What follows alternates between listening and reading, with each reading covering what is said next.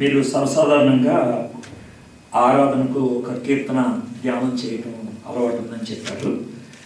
అయితే మనకి కీర్తన అంటే పాటలు కదా, మనకి 150 కీర్తనలు ఉన్నాయి. అవి కాకుండా పాటలు వేరే చోట్ల కూడా ఉన్నాయి అక్కడక్కడ. ఈరోజు మనము ఆదివారం శుక్రవారము ఆరాధనలో 2 కీర్తనలు చూస్తాం. 2 కీర్తనలు అయితే ఈ కీర్తనల గ్రంథంలో లేవు, వేరే చోట ఉన్నాయి. కానీ అవి 2 కీర్తనలే, పాటలే. ఇక్కడ సిమియోను అనేటువంటి ఆయన పాడినటువంటి పాట మనకి 25వ వచనం నుంచి 29వ వచనం దాకా ఉంది. దాన్ని మనం చూస్తాం. అయితే కొంచెం నేపథ్యంలోకి వెళ్దాం. అంటే ఈ పాట ఎప్పుడు పాడాడు, ఎందుకు పాడాడు, సిమియోను ఎలా పాడగలిగాడు అనే దాన్ని మనం చూద్దాం. ఎందుకు అని అంటే ఈ కీర్తన ధ్యానం తర్వాత సర్వసాధారణంగా మీరు ఏం చేస్తారంటే కొద్దిసేపు దేవుణ్ణి ఆరాధిస్తారు కదా.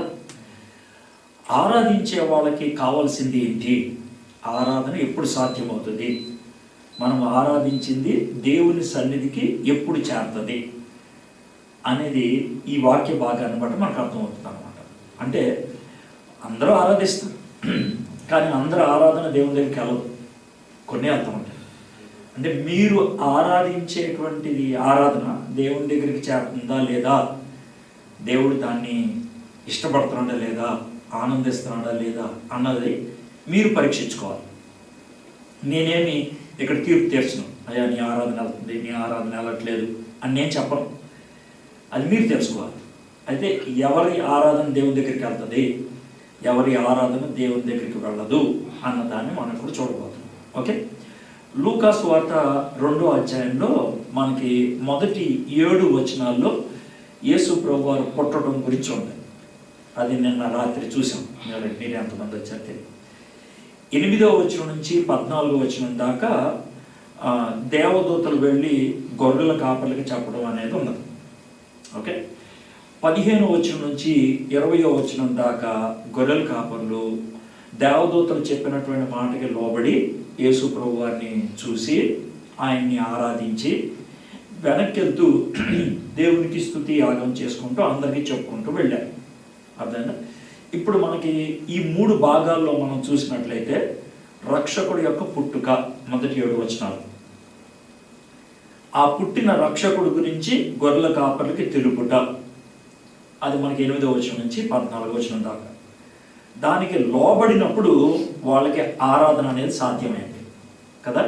కాబట్టి మనకి వాక్యానికి లోబడటం బట్టి వచ్చేటువంటిది ఆరాధన. దీంతో వచ్చిన విషయం మనకు అర్థమైపోద్ది. లోబడకుండా ఆరాధన అనేది సాధ్యం కాదు. అర్థమైంది కదండి. ఇప్పుడు నేను ఆ మాట చెప్పి నువ్వు కూర్చో అంటే కూర్చుంటే, నుంచో అంటే నుంచుంటే నన్ను గౌరవిస్తున్నట్లు అర్థం. నా మాట వినకుండా ఏమంటే మీరు చాలా గొప్పోళ్ళు అని అంటే కనుక అది ఎటకారం అవుతుంది. అవునా కదా. లోబడటం లేకుండా మనం పొగడటం మొదలు పెడితే అది ఎటకారం. లోబడిన తర్వాత మనం పొగిడితే ఆ పొగడతకి అర్థం ఉంటుంది. ఒక అర్థం కదా. చాలా నెమ్మదిగా చెప్తున్నాను మీకు. ఓకే, మీకు ఒకవేళ అర్థం కావచ్చు చేస్తాను, మళ్ళీ చెప్తాను. ఎందుకంటే ఈ 2 వర్తమానాలు కొంచెం జాగ్రత్తగా నెమ్మదిగా చెప్పుకుంటూ వెళ్తాను. నేను అర్థం చేసుకుంటే జీవితం మార్పు చెందుతుందని ఆశ, అది నా కోరిక. ఓకే, సరే. 21వ వచనం చదువుదాం. అంటే నేపథ్యం మనకు అర్థం అవుతుంది. లూకా సువార్త 2వ అధ్యాయం. ఆ శిశువు నాకు సున్నతి చేయవలసిన 8వ దినము వచ్చినప్పుడు గర్భమందు ఆయన పడక మునుపు దేవదూత చేత పెట్టబడిన యేసు అని పేరు ఆయనకి పెట్టాడు. యేసు ప్రభు వారు పుట్టిన రోజు గురించి 7 వచనాల్లో రాశారు. 21వ వచనంకి వచ్చేప్పటికి 8వ రోజు వచ్చేసింది. అదే కదా. ఆ తర్వాత మళ్ళీ యేసు ప్రభు వారు ఎక్కడ కనబడతారు? 12వ సంవత్సరంలో కనబడతారు. ఎందుకని? ఆయన దేవాలయం దగ్గరికి వెళ్ళినప్పుడు తప్పిపోవడం జరిగింది. తర్వాత మళ్ళీ ఎప్పుడు కనబడతారు? 30వ సంవత్సరంలో కనబడతారు. ఎప్పుడు? యేసు ప్రభు వారు పరిచర్యకి రావటం మొదలుపెట్టినప్పుడు. అదేంటంటే 1వ రోజు, 8వ రోజు, 40వ రోజు, 12వ సంవత్సరం, 30వ సంవత్సరం. ఈ మధ్యలో ఏం జరగలేదంటే బోల్డ్ జరుగుతూ ఉంటాయి, కానీ అవన్నీ మనకు రాయలేదు. ఎందుకు రాయలేదంటే దాంట్లో పెద్ద విశేషం ఏం లేదు కాబట్టి. ఇది జీవిత చరిత్ర కాదు. ఇది ఏంటంటే సాక్ష్యము అంటారు. ఇప్పుడు ఒకవేళ ఎవరైనా సాక్ష్యం చెప్పమన్నారు అనుకో, సాక్ష్యంలో అక్కడక్కడ కొన్ని సన్నివేశాలు చెప్తారు. ఎందుకని ఆ సాక్ష్యంలో అక్కడక్కడ సన్నివేశాలు ఎందుకు చెప్తారంటే అందుట్లో నాకు నేర్చుకోవాల్సిన పాఠాలు ఉన్నాయి కాబట్టి. ఓకే, సో ఇది 8వ రోజు జరిగింది. 8వ రోజున సున్నతి. సున్నతి అనేది మోషే ధర్మశాస్త్ర క్రమంలో జరిగినటువంటి విషయం. 22వ వచనం నుంచి, మోషే ధర్మశాస్త్రం చొప్పున వారు తమను శుద్ధి చేసుకున్న దినములు గడిచినప్పుడు ప్రతి తొలిచూరు మగపిల్ల ప్రభువుకు ప్రతిష్ఠ చేయబడవలెను. ఇది ఇంటికి వెళ్ళిందో ఒకసారి చూడండి. మనకి నిర్గమాకాండం 13వ అధ్యాయంలో ఉంటుంది అనమాట. నిర్గమాకాండం 13వ అధ్యాయంలో జరిగిన విషయం ఏంటంటే తొలి పస్కా పండుగ. పస్కా అంటే దాటి వెళ్ళుట. పస్కా అన్న పదానికి అర్థం, హిబ్రూ పదానికి అర్థం దాటి వెళ్ళుట. ఆ రోజు మరణదూత దాటి వెళ్ళిపోయాడు ఆ రోజు. ఓకే, ఆ రోజు ఏం జరిగిందంటే వీళ్ళు ఒక గొర్రె పిల్లను వధించి దాని రక్తాన్ని గుమ్మానికి పూస్తే ఆ రక్తాన్ని చూసినప్పుడు దాటి వెళ్ళిపోయారు. అయితే దేవుడు ఆ రోజు మోషేకి ఏం చెప్తాడంటే, ఈ రోజు మీ ఇంట్లో ఉన్నటువంటి మగ పిల్లని తప్పించుకోవడానికని ఒక గొర్రె పిల్లను వధించారు. ఇక్కడితో అయిపోయింది అనుకోవద్దు. ఇది అయిపోయిన తర్వాత మీరు తర్వాత మీకు ఎప్పుడైనా మగపిల్లవాడు ఫస్ట్ మగపిల్లవాడు పుడితే మీరు చేయాల్సిన మొదటి పని ఏంటంటే 40వ రోజున ఆ పిల్లవాడిని మందిరానికి తీసుకెళ్తారుగా. మందిరానికి తీసుకెళ్ళినప్పుడు 40వ రోజు మందిరానికి ఎందుకు తీసుకెళ్తారు? 40 రోజుల ముందు తీసుకెళ్ళకూడదు అంటే తీసుకెళ్ళకూడదు. ఎందుకు తీసుకెళ్ళకూడదు? దానికి ఒక కారణం ఉంది. ఏంటనంటే ఇప్పుడు తల్లి గర్భంలోంచి బిడ్డ బయటకు వస్తారు కదా, బయటకు వచ్చిన తర్వాత 40 రోజు దాకా గాయం స్వస్థపడదు. అంటే బిడ్డ బయటకు వచ్చిన గాయం ఉంటుంది కదా, గాయం ఉన్నప్పుడు మందిరంలోకి వెళ్ళకూడదు. అందుకని 40 రోజులు ఆగమంటారు మగపిల్లవాడైతే. ఆడపిల్ల అయితే 80 రోజులు ఆగాలి. ఆడపిల్ల అయితే 80 రోజులు, మగపిల్లవాడైతే 40 రోజులు. సార్ ఇవన్నీ బైబిల్లో ఉన్నాయంటే ఉన్నాయి. లేవీకాండం 12వ అధ్యాయంలో ఈ విషయాలు ఉంటాయన్నమాట. సో 40 రోజులు అయిన తర్వాత ఆ మగబిడ్డను తీసుకొని వాళ్ళు మందిరానికి వెళ్తారనమాట. వెళ్ళి ఏం చేస్తారంటే ఒక గొర్రెపిల్లను, సంవత్సరం లోపల గొర్రెపిల్లను తీసుకొని వెళ్ళి వధిస్తారు. ఎందుకు వధిస్తారంటే, అయ్యా ఈ గొర్రెపిల్ల యొక్క రక్తాన్ని బట్టి నా కొడుకుని చంపకుండా ఉంచేశావు, నీకు వందనాలు. అయితే ఈ బాబును నువ్వు చంపకుండా ఉంచేశావు కాబట్టి ఈ బాబుని నీకు ప్రతిష్ఠిస్తున్నా. అంటే నీ పరిచయకే ఈ బాబు.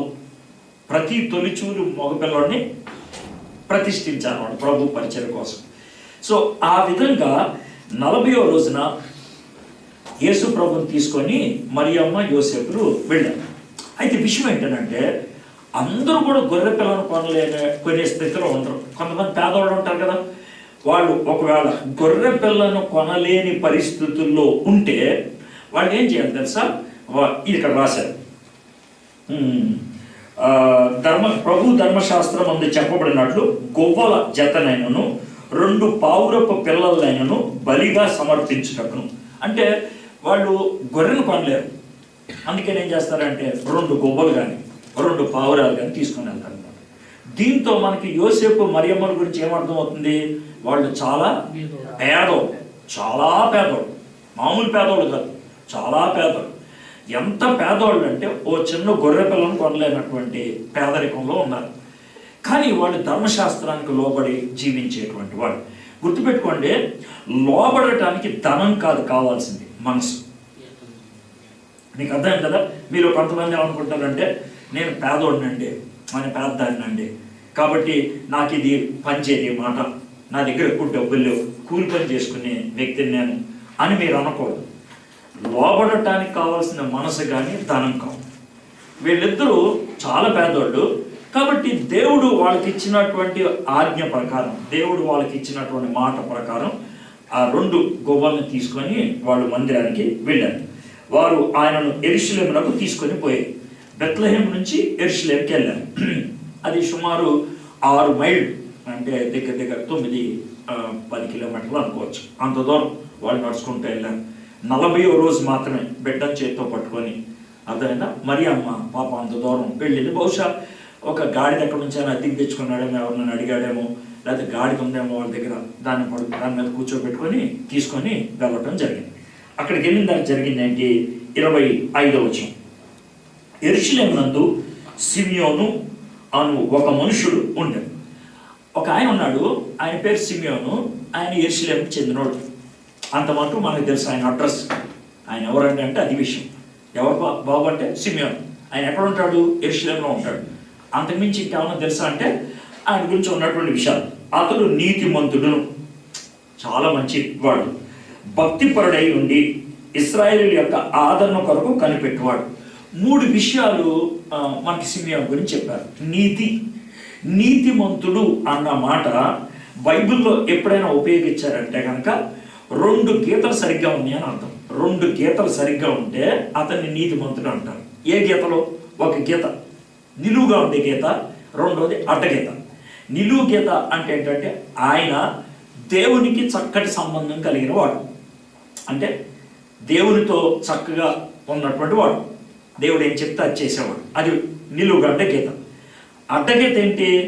ఇరుగు పొరుగు వారితో కూడా సక్రమంగా ఉండేటువంటి వాడు.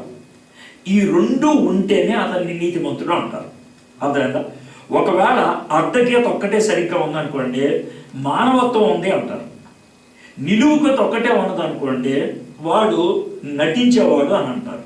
అంటే దేవుడితో చక్కగా ఉంటే పక్కింటోడితో చక్కగా లేడని అంటే ఆ డ్రామా వేసేవాడనే కదా అంటాం. చాలామంది అలాంటి వాళ్ళు ఉంటారు. ఎలా అంటే ఇప్పుడు కొంతమంది ఎక్కువ శాతం చర్చికి వచ్చినప్పుడు చాలా భక్తిగా ఉంటారు, ప్రతి దానికి కూడా అంటారు. తర్వాత వీలైతే వచ్చి అందరి ఎదురుగా మోకరించి 1 నిమిషం ప్రార్థన చేసి ఎక్కువ కూర్చుంటారు. అంటే తప్పని కాదు నా ఉద్దేశం, అది తప్పని కాదు, అలా చేయకూడదని కాదు.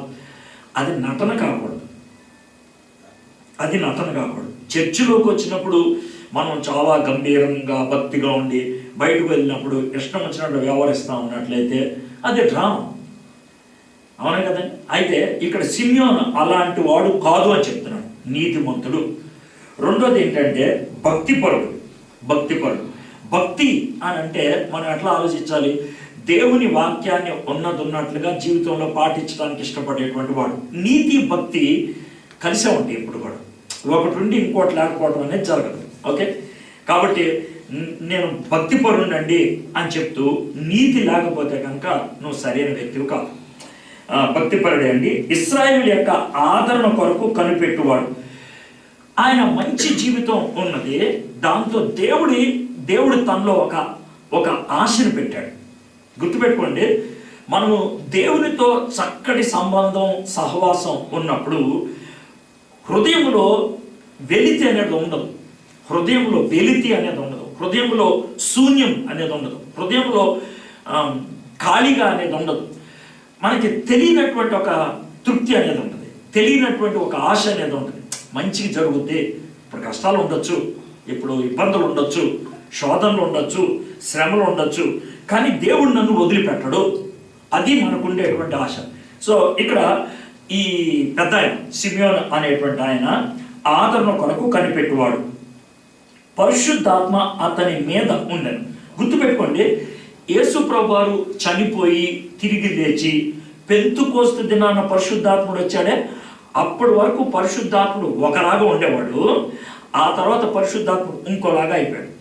ఏంటి సార్ మార్పు వచ్చిందంటే మార్పేం కాదులే, అంతకుముందు ఏంటంటే పరిశుద్ధాత్ముడు మీదొచ్చి ఎరిపేవాడు అంతే.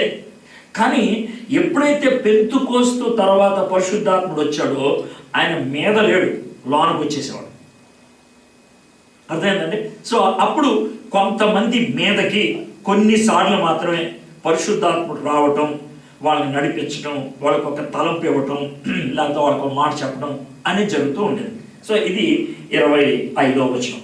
ఇప్పుడు 26వ వచనం. అతడు ప్రభు యొక్క క్రీస్తుని చూడక మునుపు మరణము పొందడని అతనికి పరిశుద్ధాత్మ చేత బయలుపరచబడి ఉండెను. ఆత్మవశుడై అతడు దేవాలయంలోనికి వచ్చాను. చాలా అద్భుతం ఏంటంటే పరిశుద్ధాత్ముడు తనలో ఒక ఆశ కలిగించాడు. బాబు, ఇది జరిగేదాకా నువ్వు చావు, ఇది జరిగేదాకా నువ్వు చావు. ఏంటి సార్ అని అంటే, నువ్వు క్రీస్తుని చూస్తావు, నువ్వు ప్రభువుని చూస్తావు, రక్షకుడిగా వస్తాడే ఆయన నువ్వు చూస్తావు, ఆ తర్వాతే నువ్వు చచ్చిపోతావు, అప్పుడు దాకా నువ్వు చావు. అంటే ఒక విధంగా చెప్పాలంటే మరణం గురించి ఈయనకి ఎంతో గొప్ప ఆశ ఉన్నది. మరణానికి ముందు జరిగేటువంటి విషయం మీద నిరీక్షణ కూడా ఉంది. నేను చావను ఎప్పుడు దాకా, ప్రభువుని చూసేదాకా. అంటే మరణం గురించి ఎంత బాగా సిద్ధపడ్డాడో చూడండి. ఓ ముసలాయనకిను ఒక యవనస్తుడికి మధ్యన సంభాషణ జరుగుతుందంట. ఈ ముసలాయన బాగా మంచి పవిత్రంగా జీవించేవాడు, వాక్యం బాగా తెలిసినవాడు. కుర్రోడు మాత్రం ఇష్టం వచ్చినట్టు జీవించేవాడు అనమాట. ఆ కుర్రోడిని అడిగాడంట, అరే నువ్వేం చేస్తావంటే, నేను కాలేజీలో చదువుకుంటున్నాను అన్నాడు. ఏం చేద్దాం అనుకుంటున్నావు నువ్వు అన్నాడు. కాలేజీలో బాగా చదువుకొని మంచి డిగ్రీ సంపాదించాలనుకుంటున్నాను అన్నాడు. Very good. ఆ తర్వాత ఏం చేద్దాం అనుకుంటున్నావు? ఏం చేసేద్దాం అంతే, మంచి ఉద్యోగం చేస్తాను, బాగా డబ్బులు గడిస్తాను అన్నాడు. ఆ తర్వాత ఏం చేస్తావు అని అంటే, ఏముందో ఒక మంచి అమ్మాయిని చూసి పెళ్లి చేసుకుంటాను, తర్వాత ₹1,00,00,000 ఖరీదుతో ఇల్లు కొనుక్కుంటాను అన్నాడు. ఆ తర్వాత ఏం చేస్తావు? మంచి పిల్లలు కంటాను, తర్వాత బాగా జీవిస్తాను. ఆ తర్వాత ఏం చేస్తావు? ఏముంది రిటైర్ అయిపోతాను, ఆ తర్వాత ఆ ₹1,00,00,000 ఇంట్లో అలాగే గడుపుతాను. ఆ తర్వాత ఏం చేస్తావు అని అంటే, ఏముంది కొంతకాలం తర్వాత చచ్చిపోతాను అన్నాడు. ఆ తర్వాత ఏం చేస్తావు అంటే, వాడికి ఏం చేయాలో అర్థం కాదు. ఇప్పుడు మీకు అర్థమైందా? ఇప్పుడు మీరు చాలామంది భారతదేశం నుంచి ఇక్కడికి వచ్చారు. ఎందుకు వచ్చారు అని అంటే కనుక ఏం చెప్తారు? సార్ మాకు కొన్ని ఆర్థిక ఇబ్బందులు ఉన్నాయి, అక్కడైతే మాకున్న చదువులకు ఉద్యోగాలు రావు, ఎవరికి వస్తే ఉద్యోగాలు వస్తాయి, ఏ డబ్బులు వస్తాయి, కాస్త సంపాదించుకోవాలనుకుంటున్నాను సార్, ఈ ఇండియాలో ఒక ఇల్లు కట్టుకోవాలనుకున్నాను. కరెక్టే, ఇది తప్పేం కాదు. ఆ తర్వాత ఏం చేద్దాం అనుకుంటున్నాం? డబ్బు సంపాదించావు, ఇల్లు కట్టుకున్నావు, బాగుంది. ఆ తర్వాత ఏం చేద్దాం అనుకుంటున్నావు? నీకు విషయం గుర్తుందా? ఇప్పుడు మన జీవితం పుట్టుకతో ఆరంభమైంది, చావుతో అంతం అవదు. మీకు అర్థమైందా? పుట్టుకతో ఆరంభమైంది, చావుతో అంతం అవదు. చావు తర్వాత అనంతమైనటువంటి లోకం ఉంది.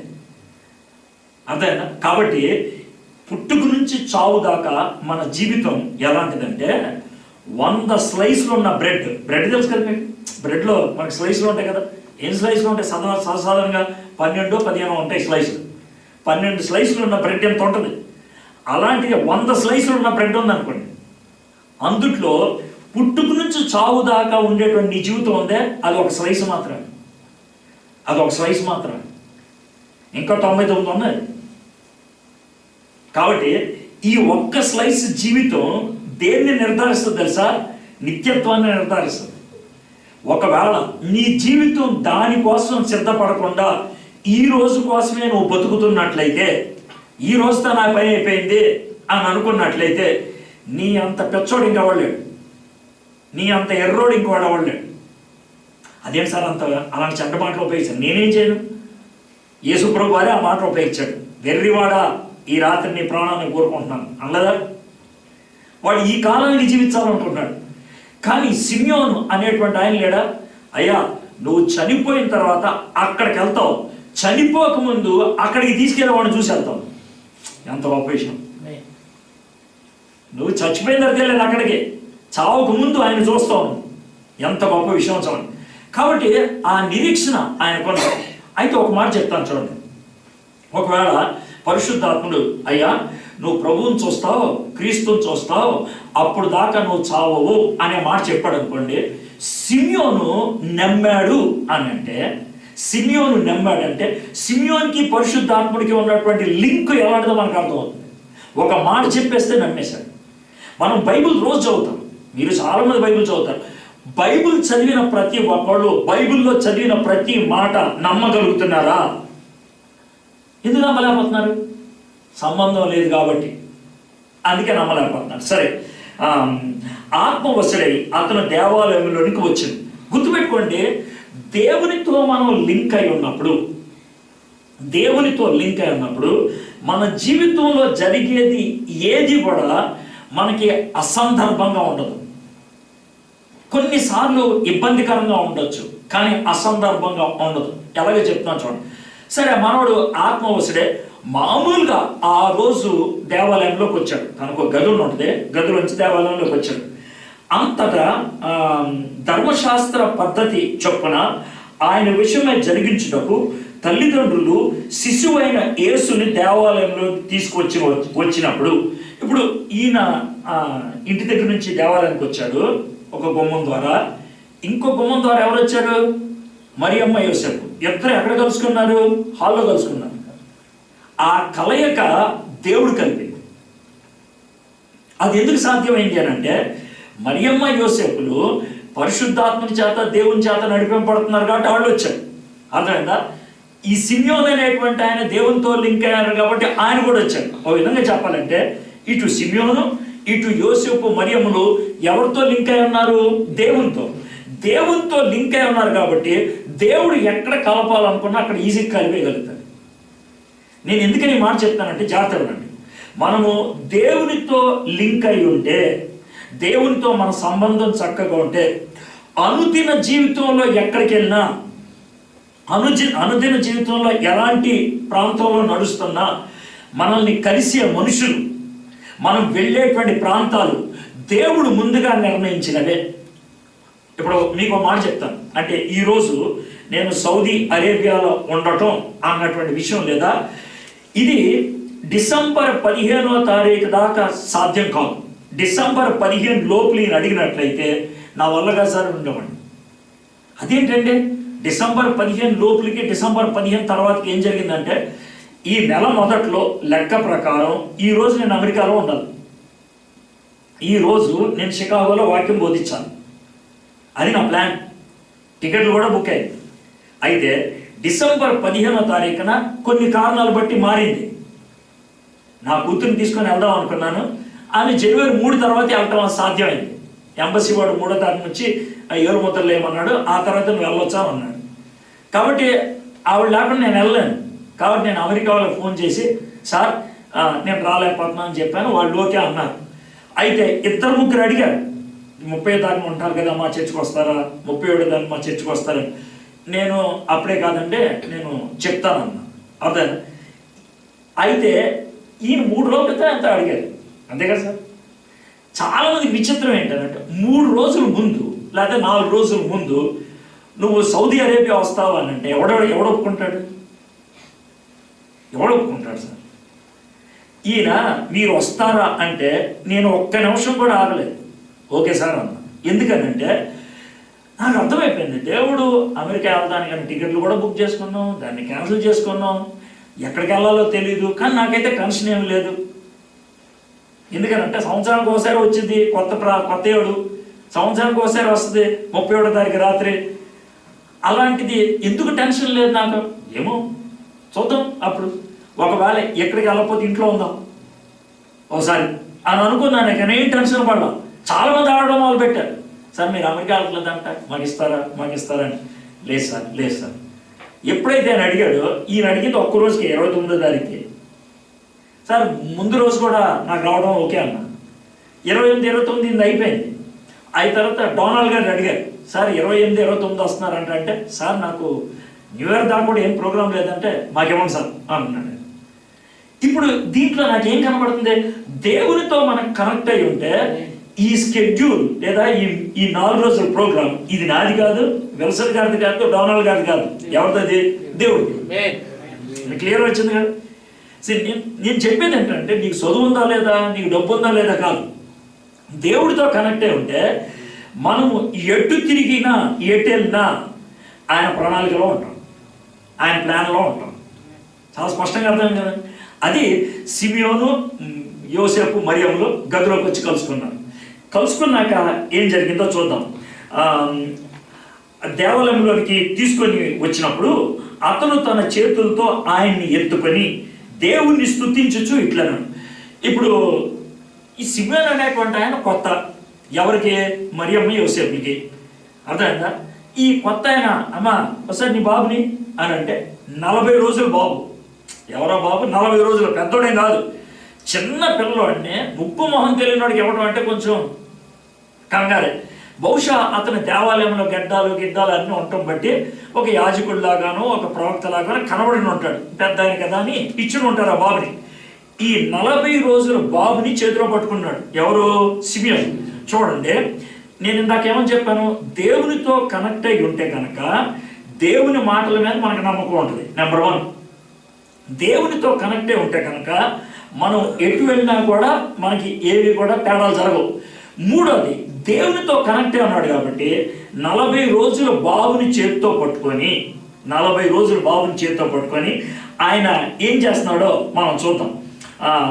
నాదా, ఇప్పుడు నీ మాట చొప్పున సమాధానముతో నీ దాసుని పోనిచ్చుచున్నావు. ఇంకేమన్నాడు? అన్యజనులకు నిన్ను బయలుపరచుటకు వెలుగుగాను, నీ ప్రజలైన ఇశ్రాయేలీలకు మహిమగాను, నీవు సకల ప్రజల ఎదుట సిద్ధపరిచిన నీ రక్షణ నేను కన్నులారా చూచితిని. ఈ 3 విషయాలు మనం జాగ్రత్తగా గమనించినట్లయితే, నాదా, ఇప్పుడు నీ మాట చొప్పున సమాధానంతో నీ దాసిని పోనిచ్చుచున్నావు. నువ్వు నాకు వాగ్దానం ఇచ్చావు. ఏమని?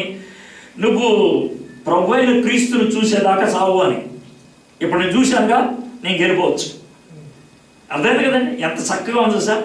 నాదా, ఇప్పుడు నీ మాట చొప్పున సమాధానంతో నీ దాసిని పోనిచ్చుచున్నావు. ఇది పరిపూర్ణమైన విశ్వాసం.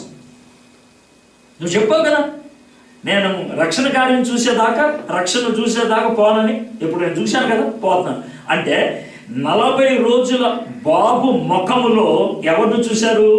దేవుని వాగ్దానపు నెరవేర్పును చూశారు. అది పెద్దోడవకముందే. ఎప్పుడైతే ఈయన ఫోన్ చేశారు అంటే, దీనికి కలుపుతున్నాను ఎందుకంటే మీకు బాగా అర్థం. ఎప్పుడైతే ఫోన్ చేసి సౌదీ అరేబియా మీరు వస్తారా 2 రోజులకి అని అన్నప్పుడు, ఆ ఫోన్ మాటలోనే నేను ఇది గమనించాను. దేవా, నన్ను అమెరికా వెళ్లకుండా ఆపేసింది దీనికోసం. దేవుని యొక్క ప్రణాళిక, దేవుని యొక్క మాట చాలా ధైర్యంగా మనం చూడగలం, చాలా స్పష్టంగా మనం చూడగలం. నీ మాట నెరవేరు, ఎందుకంటే దేవునితో కనెక్ట్ అన్నాడు. కాబట్టి నువ్వు వాగ్దానం చేశావు, నువ్వు ప్రవచించావు, నీ ప్రవచనాలన్నీ యొక్క నెరవేర్పు ఎక్కడ ఉంది. అయితే దీంతో మనకేమర్థం అవుతుంది ఏంటంటే, మొదటి మాట, ఆరాధన ఎవరి జీవితంలో ఖచ్చితంగా ఉంటుంది అన్నదానికి దేవునితో కనెక్ట్ అయి ఉండాలంటే అర్థమైంది మొదటి.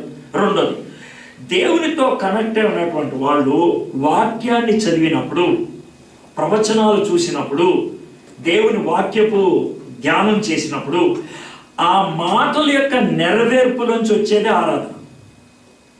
గుర్తుపెట్టుకోండి, మాట లేకపోతే, వాక్యం లేకపోతే ఆరాధన సాధ్యం కాదు. వాక్యములో నుంచి ఆరాధన వస్తుంది. కాబట్టి ఈయన వాక్యం యొక్క నెరవేర్పుని చూశాడు. యేసు ప్రభులు 40 రోజుల బాబులు చూశాడు. చూసి ఏమంటాడంటే, నాదా, నేను ఇంకెప్పుడు వెళ్ళిపోయినా పర్లేదు అంటే. ఆరాధన ఎంత గొప్పదంటే దాంట్లో చావును కూడా పక్క పెట్టేస్తుంది. చావు కంటే శక్తివంతమైనది ఆరాధన. చావు కంటే శక్తివంతమైనది ఆరాధన అంటానికి మీకు ఇంకో మాట చూపించాలి. మీకు కొత్త నిబంధనలో కనబడుతూ ఉంటాడు సిమియోన్ అని. ఈయన ఇంకొక సిమియోన్. ఆయన రాళ్లతో కొట్టేస్తున్నారు. అపోస్తల కార్యములు 7వ అధ్యాయంలో రాళ్లతో కొట్టేస్తూ ఉన్నారు. రాళ్లతో కొట్టేస్తా ఉంటే పైన నుంచి కిందకు తోసాడు గుంట లాంటి దాంట్లో. రాళ్ళు ఇలా వేసి కొడతా ఉన్నారు. ఎవరికైనా రాళ్ళు ఇలా వేసి కొడతా ఉంటే తలకాయలా పెట్టుకుంటారు, ఎందుకంటే వెనక తల్లిన పాలు మోహన్ తలకూడదు. కానీ ఈయన మాత్రం లేదా పైకి చూస్తున్నాడంట. ఎందుకు చూస్తున్నాడంటే, పైకి ఇప్పుడు రాళ్ళు మీద పడతా ఉంటే ఈ రాళ్ళు తనకేమి నొప్పి కలిగించట్లు అడ్డు లేవు. ఈ రాళ్ళు దాటి పరలోకం కనబడుతుందంట. ఆ పరలోకంలో సింహాసనం మీద నుంచి నుంచున్నటువంటి యేసు ప్రభు కనబడుతున్నాడంట. అప్పుడు ఆయన ఆరాధించడం మొదలు పెట్టారు. ఇప్పుడు మీరు నాకు చెప్పండి, రాళ్ళ దెబ్బ కంటే ఏది శక్తివంతమైంది? చావు కంటే ఏది శక్తివంతమైంది? దేవుని పట్ల తనకున్న కనుదృష్టి ఆరాధన. అవునా కదా? దేవుణ్ణి ఆరాధించడం మొదలు పెట్టాడు, వర్షిప్ చేయడం మొదలు పెట్టాడు. కాబట్టి ఆరాధన గొప్పది అవ్వాలంటే మన జీవితంలో ఆ ప్రత్యక్షత మనకు ఉండాలి. అందుకే వాక్యం చదువుతాం. ఇప్పుడు మీరు కీర్తనలు చదివి ఆ తర్వాత ఆరాధనలోకి ఎందుకు వెళ్తున్నారు? కీర్తనలో దేవుని యొక్క ప్రత్యక్షత కలిగితే, కీర్తనలో దేవుని మనం చూడగలిగితే, కీర్తనలో దేవుని గుణగణాలు ఏంటో మనకు అర్థమైతే దాంట్లోంచి మనకు ఆరాధన రావాలని. ఇక్కడ కూడా అదే జరిగింది. ఆయన ఆ వాక్యపు నెరవేర్పుగా యేసు ప్రభువుని చూశాడు.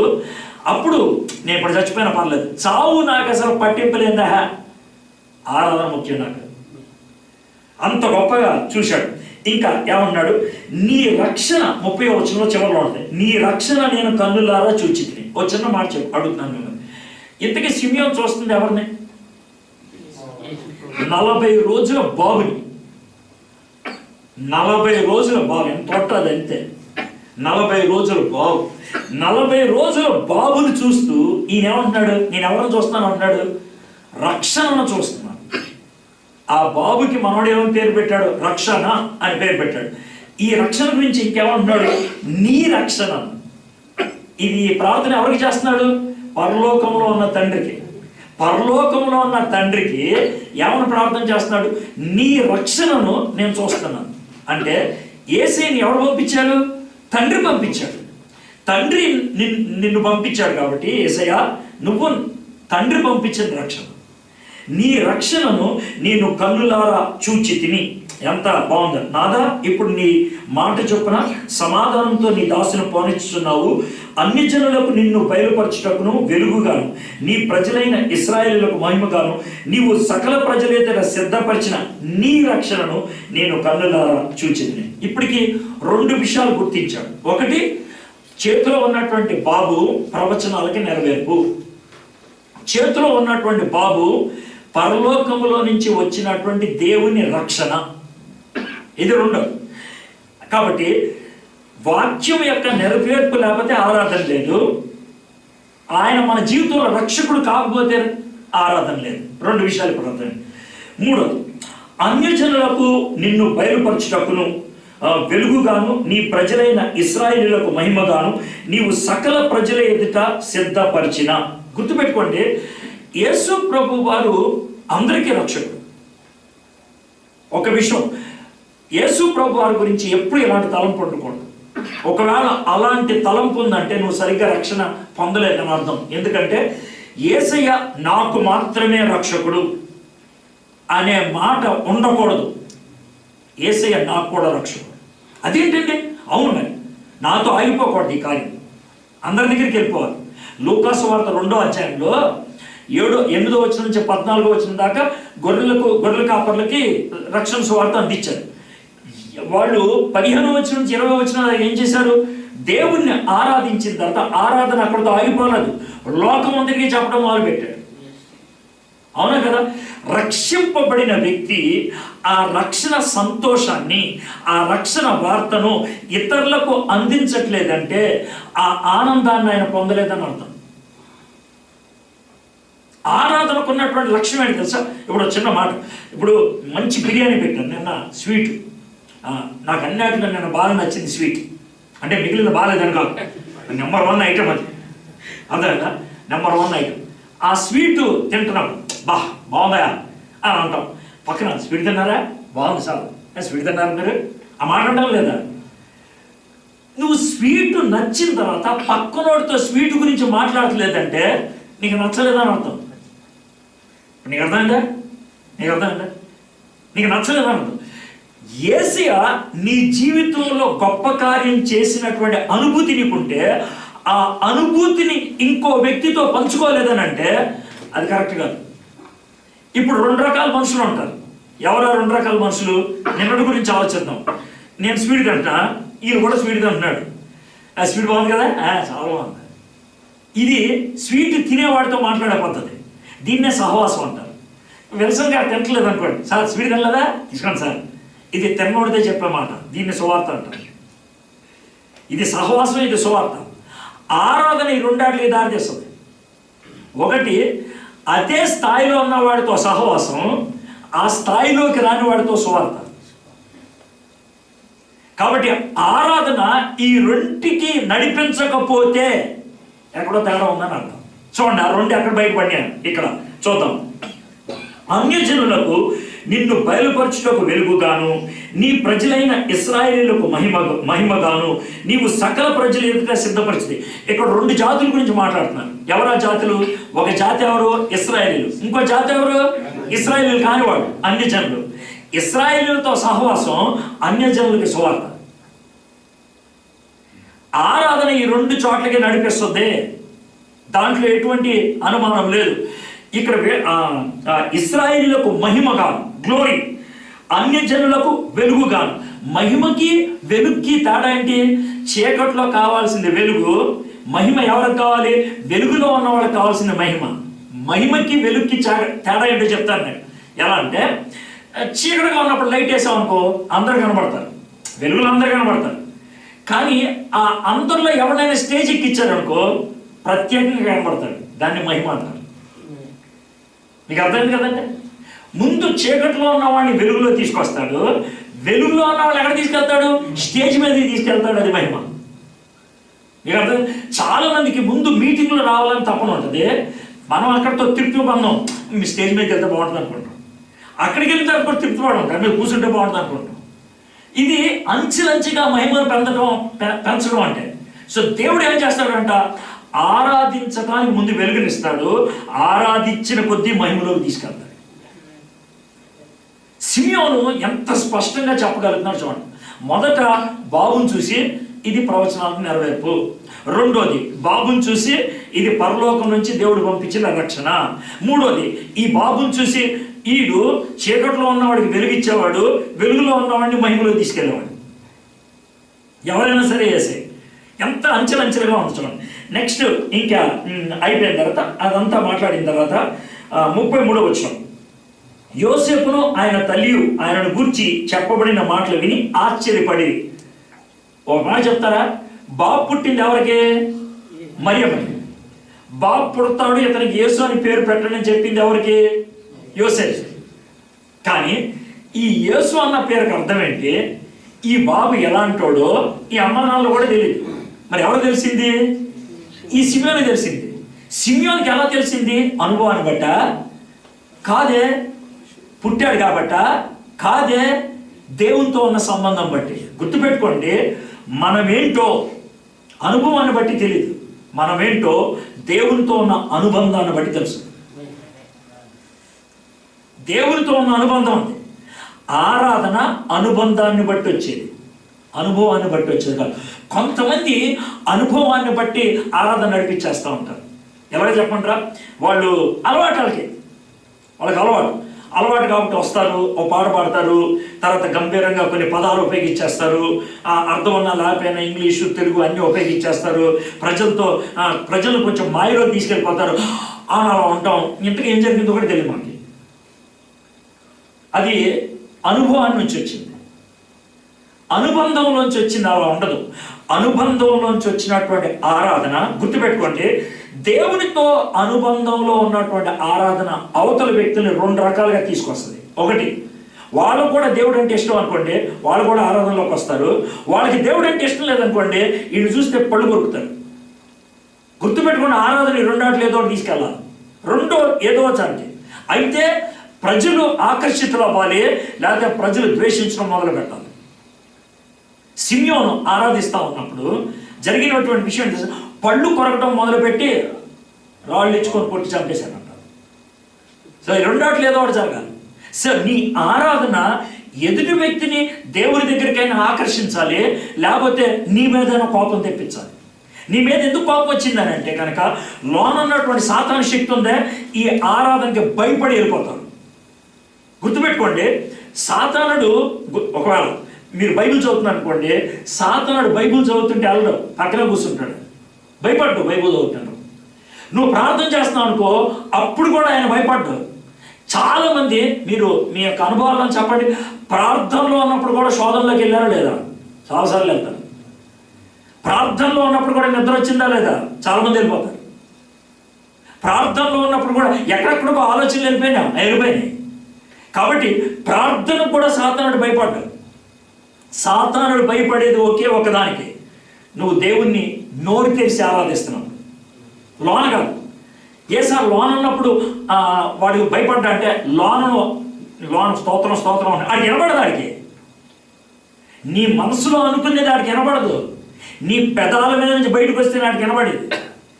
పెదాలు దాటి ఆరాధనకి సాతానుడు వణుకుతాడు. ఆరాధనకు ఉన్నటువంటి శక్తి అది. ఆరాధన మరణం కంటే శక్తి కలిగింది, ఆరాధన సాతానుడి కంటే శక్తి కలిగింది. అది ఇక్కడ మనకు చాలా స్పష్టంగా అర్థమవుతుంది. సిమియోన్ వారిని దీవించి, ముందేమో యేసు ప్రభు గురించి చెప్పాడు, తర్వాత వాళ్ళని దీవించాడు. పెద్దాయన కదా, పెద్దాయన నీకు ఎలా చెప్తున్నారు సార్ అంటే, యేసు ప్రభుని చూసేదాకా సావును అన్నాడు కదా, సావు గురించి సాధారణ ఎవరు మాట్లాడతాడు? 60 దాటినాడు మాట్లాడతాడు. యవనస్తులు ఎవరు కూడా సావు గురించి మాట్లాడు, ఎవరు ముసలి టైంలో ఉంటాడు. ఇదిగో అనేక హృదయాలోచనలు బయలుపడినట్లు ఇశ్రాయేలులో అనేకులు పడుటకును తిరిగి లేచుటకును వివాదాస్పదమైన గుర్తుగా ఈయన నియమింపబడి ఉన్నాడు. యేసు ప్రభు గురించి చెప్తున్నటువంటి మాట. అమ్మా, ఈయన గొప్ప రక్షకుడు, దాంట్లో ఎటువంటి అనుమానం లేదు. ఈయన చూసేదాకా నేను సావను. ఈయన ఇశ్రాయేలుకి మహిమ, అన్యులకి వెలుగు. ఇక్కడ దాకా బాగానే ఉంది.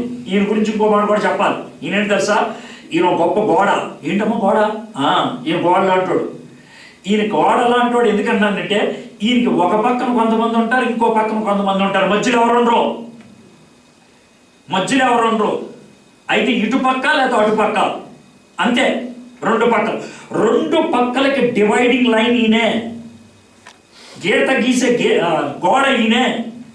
వివాదాస్పదం. ఇప్పుడు ఈ మిడిల్ ఈస్ట్ ఉంది కదా, ఇస్రాయేల్కిను మిగిలిన దేశాలన్నట్లకి యుద్ధం. కారణం ఏంటి? ఒక గోడ. ఆ గోడ అంత వివాదాస్పదం అయిపోయింది. సో ఇప్పుడు ఈ గోడ గురించి మనం ఆలోచిస్తున్నప్పుడు, గోడకి ఎటు పక్కన నేను ఉన్నాను? యేసు ప్రభు ఇది అనుకో, యేసు ప్రభు ముందున్నానా, యేసు ప్రభు అనుకున్నానా? ఇది ఆలోచించాల్సింది. పేతురుతో మాట్లాడినప్పుడు సాతాను నేను వెనక్కి వెళ్ళాను అన్నాడు. ఎందుకు వెనక్కి వెళ్ళమన్నాడు? ఇంకా ఆడితో సంబంధం లేదు. సో యేసు ప్రభు ముందున్నావా, యేసు ప్రభు అనుకున్నావా? ఇది ఆలోచించాలి. ఇంకేమన్నాడు? మరియు నీ హృదయంలోనికి ఒక ఖడ్గము దూసుకొని పోవునని ఆయన తల్లి అయిన మరియతో చెప్పాడు. ఈ మాట ఎప్పుడు దాకా గుర్తున్నట్టు తెలుసా మరియమ్మకే? ఇది చెప్పిన 33.5 సంవత్సరాల తర్వాత గుర్తొచ్చింది ఉంటుంది. ఎలాగా? యేసు ప్రభుని ఆ శిలువ మీద చంపుతున్నప్పుడు, శిలువ వేస్తున్నప్పుడు కూర్చొని చూస్తూ ఉన్నప్పుడు సిమియోను చెప్పిన మాట గుర్తొస్తుంది. అయ్యో, ఈ నా కుమారుడు రక్షకుడు అవ్వడానికి ఇంత శ్రమ గుండా వెళ్లాల్సి వచ్చింది. ఆ బాధలో ఆమె వెళ్తా ఉన్నప్పుడు యేసు ప్రభు విషయంలో మరియమ్మ ఎప్పుడు బాగా బాధపడిందని చెప్పచ్చు తెలుసా? ఈ విషయం చెప్పి నేను ముగిస్తాను. పండితులు చెప్తా ఉంటారు. ఏమన్నా తెలుసా? యేసు ప్రభు వారు మొత్తం 5 బట్టలు వేసుకున్నాడు. 5 మొత్తం యేసు ప్రభు వారిని చంపడానికి వచ్చింది 4. ఒక్కొక్కడు ఒకటి తీసుకున్నారు. 5లో ఒక్కొక్కడు ఒకటి తీసుకున్నాడు. 5వది ఒకటి మిగిలింది. ఈ 5వ దాన్ని ఏం చేద్దాం? దాన్ని చింపుదామా అని అంటే అది ఏకండి అంట. ఒకటే అంటే దానికి అతుకులు లేవు. అతుకులు లేకుండా ఉండినటువంటిది. కాబట్టి ఇది అతుకులు లేదు కదా, దీన్ని కత్తిరిస్తాం కుదరదు కదా, దీన్ని ముక్కలు చేయడం కుదరదు కదా అని చీట్లు వేసుకోవడం మొదలు పెట్టారంట. ఇంతకీ అతుకులు లేకుండా ఉన్నటువంటిది ఏకైక ఏంటి తెలుసా? ఇదివరకు ఎవరన్నా గర్భిణీ స్త్రీలు ఉంటే కనుక, నేను గర్భం ధరించిన దాన్ని నాకు 4వ నెల వచ్చింది, 5వ నెల వచ్చింది అంట. రుజువు ఏంటంటే కొంచెం పొట్ట, చేతిలో అల్లుతున్న స్వెటర్. ఇది చాలా మంది పిక్చర్స్ కనబడుతుంది. అదే అల్లుతున్న స్వెటర్కు ఉన్నటువంటి లక్షణం ఏంటి తెలుసా? స్వెటర్కి ఎక్కడైనా అతుకులు ఉంటాయా? ఉండవు. అదేవిధంగా మరియమ్మ తాను అల్లినటువంటి బనీన్ ఉంటుందే, అది యేసు ప్రభుకి ఇచ్చాడు. అదే ఆయన వేసుకున్నాడు 30 ఏళ్ళు. అది లోన్ ఉంటుంది. దానిపైన మిగిలిన 4 వస్తువులు వేసుకున్నారు. ఈ 4టిని పనిచేశారు. అయితే యేసు ప్రభు బనీన్ లాగా ఉంటుంది పైనుంచి కింద దాకా, అది మరియమ్మ ఇచ్చింది. దాన్ని పీకి దాన్ని చూస్తూ ఉన్నప్పుడు ఈమెకి ఎలా ఉంటుందో ఆలోచించండి. ఇది నా బాబుకి ఇచ్చింది, ఇంట్లోంచి వెళ్ళిపోతున్నప్పుడు ఇచ్చింది, ఆ చేతుల్లోకి వెళ్ళింది. ఏం చేస్తారు? చెప్పుదామా వద్దురా, దీన్ని చీట్లు వేసుకుందాం. అప్పుడు ఆమెకి చాలా బాధ అనిపించింది. సిమియోను ఈ మాట చెప్తున్నాడు. 40వ రోజు చెప్పాడు, 33.5 సంవత్సరాల తర్వాత నెరవేరింది. మనము ఆరాధనలో ఉన్నప్పుడు, దేవుని మాటకు లోబడిన వ్యక్తులుగా ఉన్నప్పుడు, దేవుని ఆత్మచేత నడిపింపబడే వాళ్ళగా ఉంటున్నప్పుడు, దేవుని వాక్యాన్ని మన జీవితంలో నమ్మేవారుగా ఉంటున్నప్పుడు దేవుడు ముందుకు కూడా తీసుకెళ్తాడు. ముందు కూడా ఏం జరుగుద్దో చెప్తాడు. ఈ సిమియోన్ మాటల్లో మనము 4 విషయాలు నేర్చుకున్నాం. ఒకటి, సిమియోను ఆయన ప్రవచనాల నెరవేర్పుగా యేసుని చూశాడు. రెండోది, అంటే మనం దాని నుంచి నేర్చుకోవాల్సింది ఏంటంటే ఆరాధన వాక్యం నుంచి పుట్టుకొస్తుందని. రెండోది, యేసు ప్రభుని దేవుడు పంపించిన రక్షణగా చూశాడు, ఆ వాగ్దానాల యొక్క నెరవేర్పుగా చూశాడు. మూడోది, యేసు ప్రభుని నా రక్షకుడు అని ఆగిపోలేదు, ఆయన ప్రపంచం అంతటికీ రక్షకుడు అని చూశాడు. నాలుగోది, యేసు ప్రభు వారు మంచి వ్యక్తి, దాంట్లో ఎటువంటి అనుమానం లేదు. కానీ మంచికి చెడుకి గీత గీసేటువంటి వాడు. నేను ఏ సైడ్ ఉన్నాను అని చూడగలుగున్నాను. దాంట్లోంచి పుట్టుకొచ్చింది ఆరాధన. అలాంటి నిజమైనటువంటి ఆరాధన కలిగి ఉండటానికి దేవుడు మనందరికీ సహాయం చేయగలడు.